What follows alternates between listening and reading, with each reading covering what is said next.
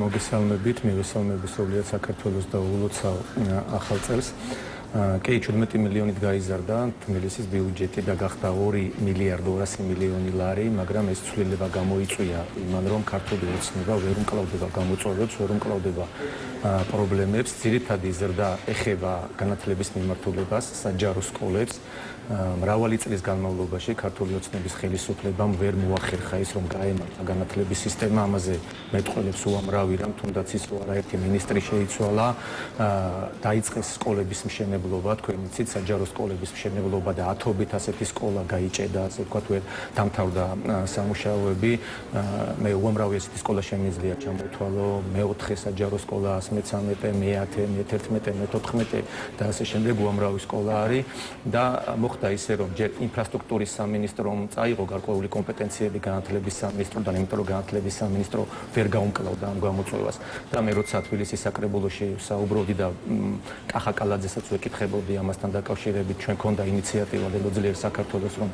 შემოგვეღო უფასო კვების პროგრამა თბილისში დაგვეწყო, როგორც გითხარით, თბილისის ბიუჯეტი არის 2 მილიარდ 200 მილიონი ლარი და პირველიდან მე-4 კლასამდე დაწყებითი სკოლის მოსწავლეების უზრუნველყოფა რომ მოგვეხდინა 50 მილიონი ლარი იყო ამისთვის საჭირო. თქვენ იცით, რომ ყოველი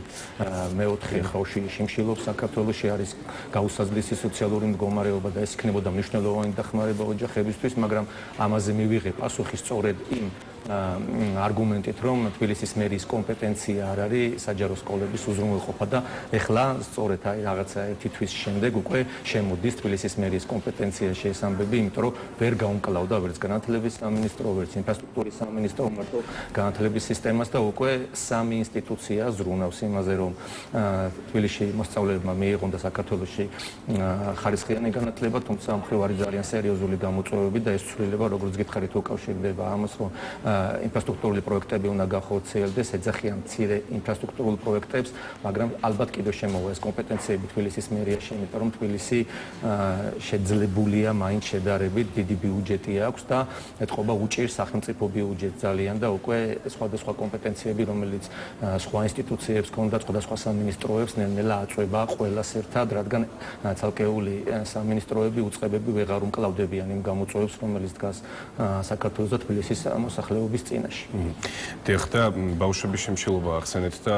გამახსენდა საკრებულოში ქართული ოცნების დეპუტატი ზურაბ ჩიკულაძის განცხადება, მან თქვენ თანაგუნდელს ვატო სურგულაძის მიმართა და თქვა ესეთი რამე, რომ ვერაფრით დაგეთანხმები, რომ საქართველოში ბავშვების შემშილობა ეს აბსურდია, ის კი ფაქტია, რომ ბავშვების საახალწლოდ საზეიმოდ ნაძვის ხესთან არ მიუშვითო. ამაზე რა პასუხი ექნებათ ამ განცხადებაზე? რა პასუხი უნდა გქონდეს ამაზე მოსახლეობამ ალბათ თვითონ უნდა გასცეს პასუხი და დრო მოვიდა ალბათ რომ თბილისის მოსახლეობამ გასცეს პასუხი ამ უტიფარ განცხადებებს. ეს არის უტიფარი განცხადება. მართლა მე ხო ცხოვრობ ნაძალადევის რაიონში და ყოველთვის მიყვარს ხოლმე კონკრეტული ფაქტებით, კონკრეტული ამბებით საუბარი. აი ჩემს გარშემო უამრავი ასეთი ბავშვი არის, რომელსაც არ აქვს იმის შესაძლებლობა რომ მიიღოს ხარისხიანი განათლება, დაისვენოს,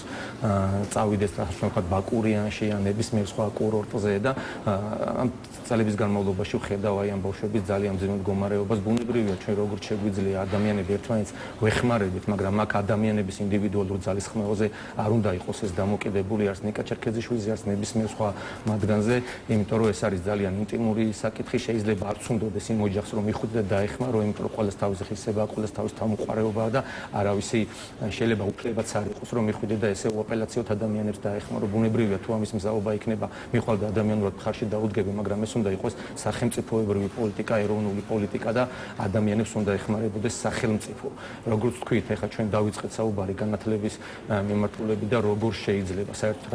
აზე უნდა ილაპარაკო, როცა ბავშვები ვერ იღებენ განათლებას და ძალიან ბევრი ადამიანი ეს არ არის ხო ჩვენი რაღაცა გამოგონილი ამბები, თვითონ მათი სტატისტიკის სამსახური აქვეყნებს ამ ინფორმაციას, რომ ძალიან ბევრი ბავშვი სწავლის პერიოდში ვერ ახერხებს რომ გამოიკვებოს და ეს სტატისტიკით ვიკვებებით ჩვენის საკვები რაც არის აბსოლუტურად არაჯანსაღი და ამოვარდა არაერთი ამბავი, თუნდაც გავიხსენოთ ის რძე,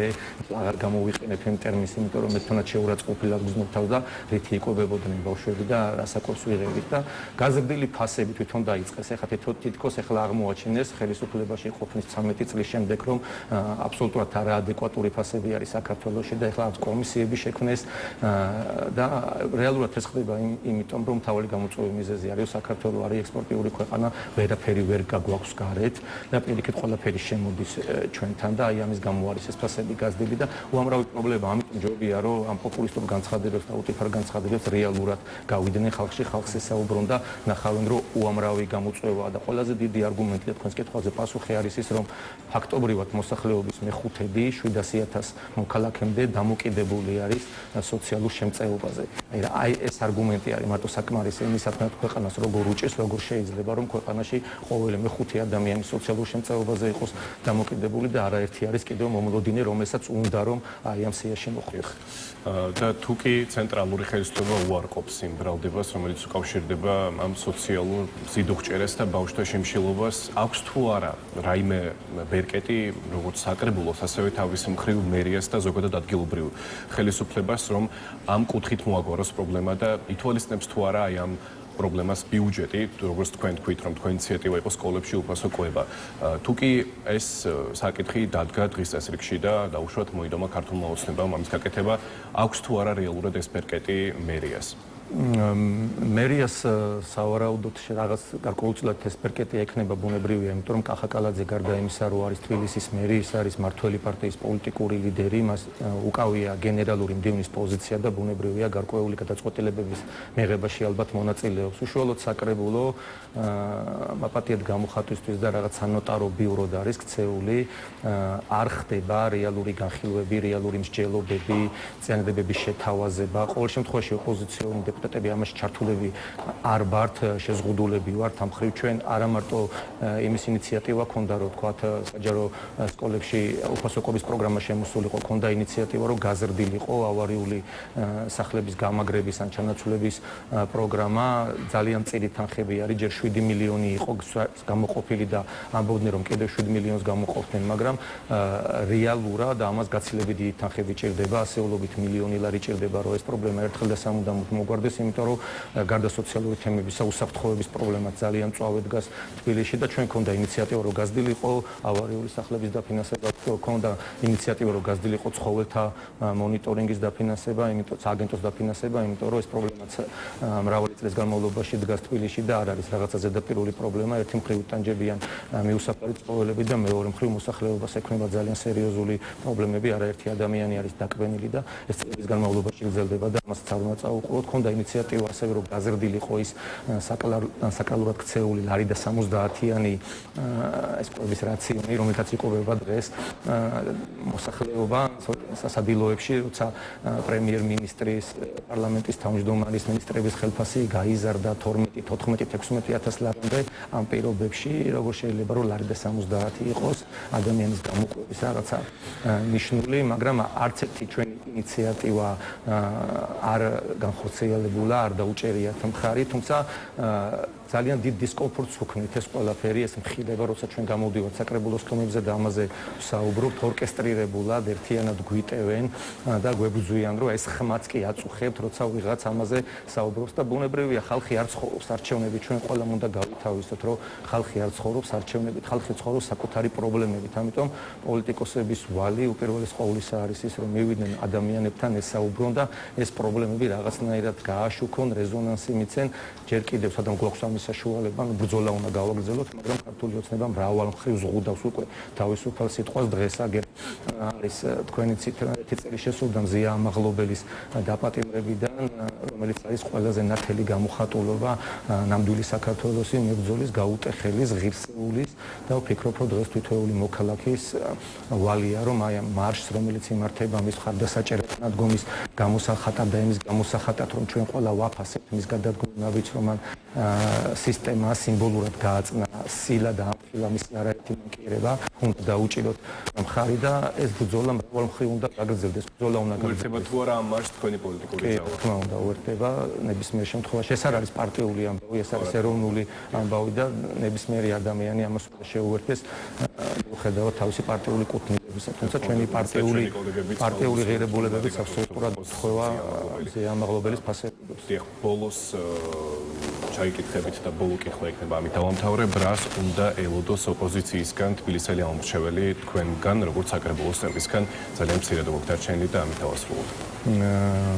კონკრეტულად ჩემგან და ჩემი კოლეგისგან ვატო სურგულაძისგან უნდა ელოდოს მუდმივ ჩართულობა ჩვენ ყოველდღიურად ხვდებით მოქალაქეებს და ეს არ არის რაღაცა ახლა ტელეეტრში ნათქვამი სიტყვები ამაში უამრავი ის მოქალაქე დამერწმუნება რომელიც მოსულა ჩვენთან ჩვენ მას შეძლების და გვარად დავხმარები ვარ ძალიან შეზღუდულია ჩვენი შესაძლებლობები ეს უნდა იცოდეს მოსახლეობა მაგრამ მიუხედავად ამ შეზღუდულობისა ჩვენ ყველანაირად ვცდილობთ რომ როგორც მინიმუმ დავეხმაროთ კომუნიკაციაში რაღაცა ამ შემთხვევაში არ ვმუშაობთ რაღაც ჩვენს ელექტორალურ რომ გავძლიერდეთ ამ ხრივ და მარტო იმიტომ რომ რაღაც ხმა მოგწეს მოქალაქემ ჩვენ ვცდილობთ მაქსიმალურად დავეხმაროთ იმიტომ რომ წერანაც აღნიშნე არჩევნებით არ ცხოვრობს ადამიანებს ცხოვრობს პრობლემები და ამ პრობლემებზე უნდა ვიმუშაოთ ადამიანებს აქვთ გამოწვევები ზოგი ავარიულ შენობაში ცხოვრობს და მის ოჯახს ექნება პრობლემები ზოგი სოციალური სიდუხჭე აქვს და ჩვენ ყველანაირად ვცდილობთ რომ ხარით ამიტომ ჩვენი ოთახი ჩვენ მეორე სართულზე ვართ ვილის საკრებულოში და ნებისმიერ დროს შეიძლება მოვიდნენ იკითხონ დაუშვებთ საერთოდ აუცილებლად გავესაუბრებით და მაქსიმალურად რაც შეგვიძლია მხარში დაუდგებით და ყველანაირად ვიქნებით თბილისის მოსახლეობის გვერდით